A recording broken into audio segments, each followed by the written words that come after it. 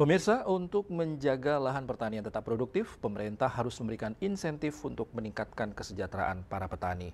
Apabila petani sudah sejahtera, maka petani tidak akan beralih fungsi lahan serta beralih profesi.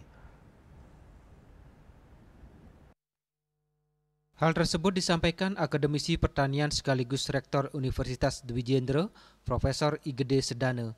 Untuk mempertahankan lahan produktif agar tidak dialihfungsikan, pemerintah harus memperhatikan kesejahteraan para petani dengan memberikan insentif ekonomi. Hal tersebut merupakan salah satu upaya untuk mencegah para petani beralih profesi.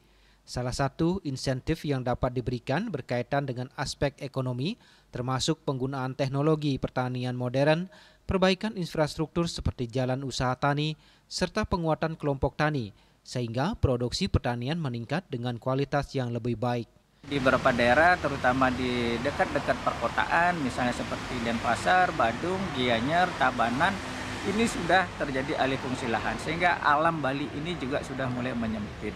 Tetapi saya menginginkan juga bahwa pemerintah Provinsi Bali juga akan menerbitkan satu regulasi untuk menjaga, untuk mengendalikan alih fungsi lahan ini. Jadi nanti itu akan sangat komprehensif, tidak hanya ada upaya untuk mengendalikan alih fungsi lahan, tetapi juga ada upaya-upaya lainnya agar para petani kita tidak beralih fungsi.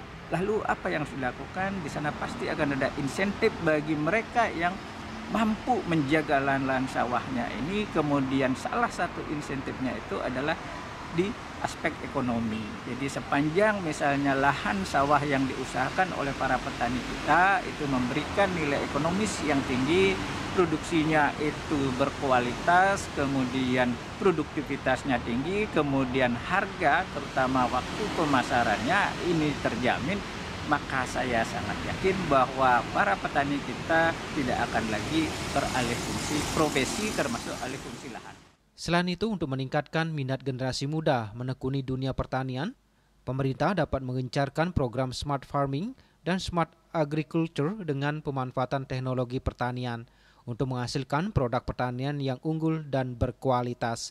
Sukma, Bali TV.